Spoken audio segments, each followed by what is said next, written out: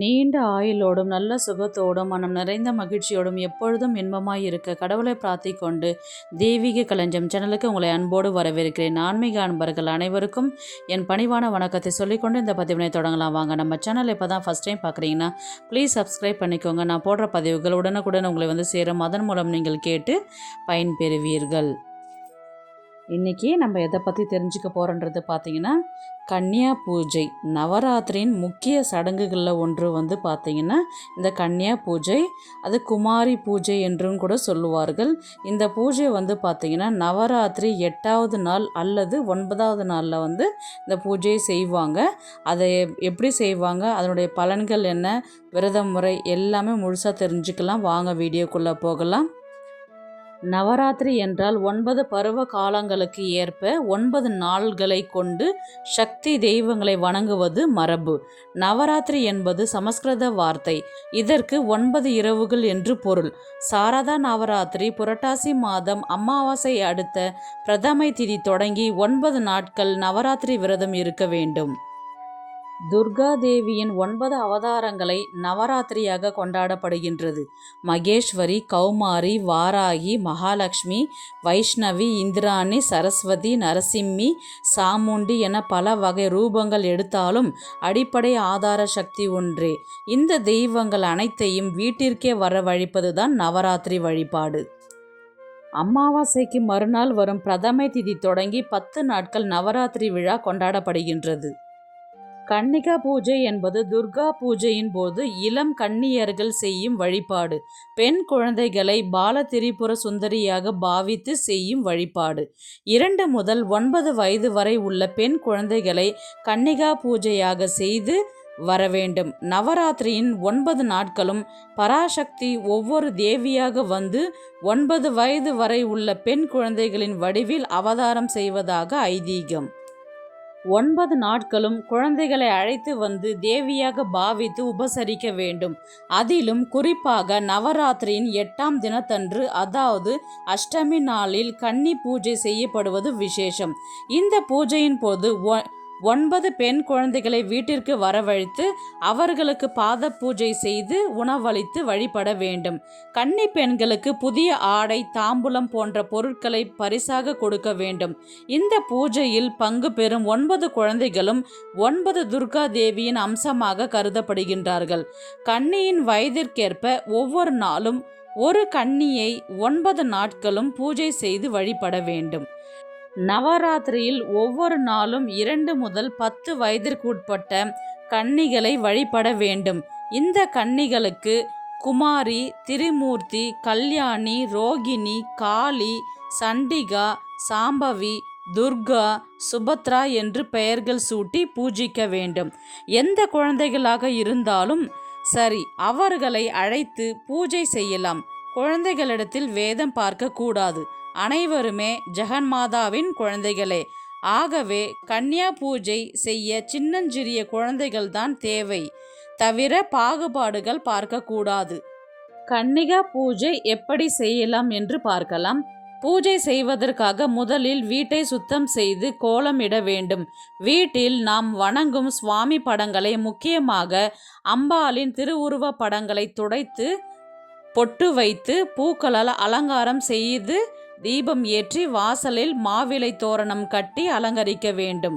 ஒற்றைப்படை எண்ணிக்கையில் வரிசையில் 1, 3, 5, 7, 9 என்ற கணக்கில் பெண்களை கன்னியாக பூஜைக்கு அழைக்கலாம். ஒவ்வொரு கன்னி பூஜைக்கு ஏற்ப நமக்கு பலன்கள் கிடைக்கும். நமது எண்ணம் அனைத்தும் ஈடேறும் என்பது நம்பிக்கை.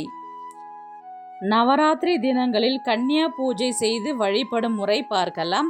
நவராத்திரியின் முதல் நாளான பிரதமை திதியில் மது கைடபர் ஆகிய அரக்கர்களை அழித்த ஸ்ரீ மகேஸ்வரியை வணங்கி 2 வயது சிறுமியை குமாரி அவதாரத்தில் பூஜிக்க வேண்டும். 2ஆம் நாளான துவிதியை திதியில் மகிஷனை வதம் செய்ய புறப்படும் ஸ்ரீ ராஜராஜேஸ்வரியை வணங்கி 3 வயது சிறுமியை கௌமாரி வடிவமாக பூஜிக்க வேண்டும். 3ஆம் நாளான திருதியை திதியில் மகிஷாசூரனை அழித்த ஸ்ரீ வாராகியை வணங்கி 4 வயது சிறுமியை கல்யாணி வேடத்தில் பூஜிக்க வேண்டும். 4ஆம் நாளான சதுர்த்தியில் சிம்ம வாகனத்தில் வெற்றி கோலத்தில் அமர்ந்திருக்கும் மகாலட்சுமியை வணங்கி 5 வயது சிறுமியை ரோகிணி வேடத்தில் பூஜிக்க வேண்டும்.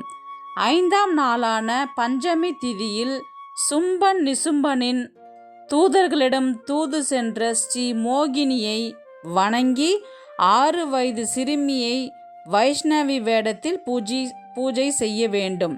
6ஆம் நாளான ஷஷ்டி திதியில் சர்பராஜா ஆசனத்தில் அமர்ந்திருக்கும் ஸ்ரீ சண்டிகா தேவியை வணங்கி 7 வயது சிறுமியை இந்திராணி காளியாக வணங்க வேண்டும். நவராத்திரியின் 7ஆம் நாளான சப்தமி திதியில் தாமரை மலரில் உள்ள பொற்பீடத்தில் அமர்ந்து வீணை வாசிக்கும் ஸ்ரீ சாம்பவி துர்க்கையை வணங்கி 8 வயது சிறுமியை பிராமி மகா சரஸ்வதி சுமங்கலியாக கருதி பூஜிக்க வேண்டும். 8ஆம் நாளான அஷ்டமி திதியில் கரும்பு வில்லுடன் சுற்றிலும் அனிமா முதலிய அஷ்ட சக்திகளுடன் இரத்த பீஜனை சம்ஹாரம் செய்த ஸ்ரீ நரசிம்மதாரிணியை வணங்கி 9 வயது சிறுமியை மகா கௌரி வேடத்தில் பூஜிக்க வேண்டும். 9ஆம் நாளான நவமி திதியில் கையில் வில், பானம், அங்குசம், சூலத்துடன் தோற்றமளிக்கும் ஸ்ரீ பரமேஸ்வரி சுபத்ரா தேவியை வணங்கி 10 வயது சிறுமியை சாமுண்டி வடிவில் வழிபட வேண்டும். தசமி திதியில் ஸ்துல வடிவத்தில் இருக்கும் ஸ்ரீ அம்பிகையை வழிபட வேண்டும். பூஜை செய்யும் முறை. பூஜைக்காக அழைக்கப்படும் குழந்தைகளை நல்ல முறையில் வரவேற்பு கொடுத்து அவர்களை தாம்பூல தட்டில் நிற்க வைத்து பால் மற்றும் தண்ணீர் கொண்டு பாத பூஜை செய்ய வேண்டும். பாதத்திற்கு மஞ்சள் குங்குமம் வைத்து பூக்கள் சாற்ற வேண்டும்.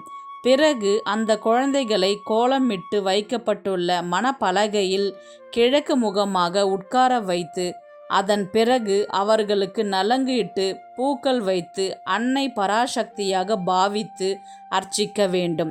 பிறகு தீபதூப ஆராதனைகள் காண்பித்து பிரசாதமாக பாயாசம் கொடுத்து குழந்தைகளை பருக சொல்லலாம்.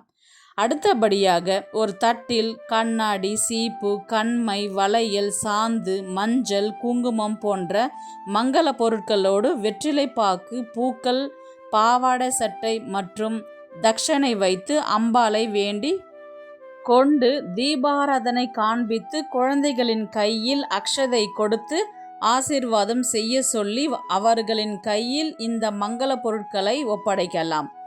பிறகு ஆரத்தி காண்பித்து அறுசுவை உணவு பரிமாற வேண்டும். உணவை எல்லாம் கொடுத்து முடித்துவிட்டு குழந்தைகளை நல்ல முறையில் வழி அனுப்ப வேண்டும். இதுவே கன்னியா பூஜை செய்யும் முறை. இந்த பூஜை செய்வதால் கிடைக்கும் பலன்கள் பார்த்தீங்கன்னா, இந்த பூஜையை நவராத்திரி நாட்களில் செய்பவர்கள் அம்பிகையின் அருள் பரிபூர்ணமாக கிடைக்கும். அன்னை பராசக்தி உங்கள் இல்லத்திற்கு வந்து உங்களை ஆசீர்வாதம் செய்வார் என்பது நம்பிக்கை. எனவே நாமும் முறையே இந்த கன்னிகா பூஜை நவராத்திரி காலத்தில் செய்து அம்பிகையின் அருளை பரிபூர்ணமாக பெறுவோமாக. இந்த வீடியோ உங்களுக்கு பிடிச்சிருக்கும்னு நினைக்கிறேன். இது போன்ற ஆன்மீக தகவல்களுக்கு நம்முடைய தெய்வீக களஞ்சியம் சேனலை சப்ஸ்கிரைப் பண்ணிக்கோங்க. நெக்ஸ்ட் ஒரு நல்ல பதிவில் சந்திக்கலாம். உங்களிடமிருந்து விடைபெறுவது உங்கள் புனிதவதி.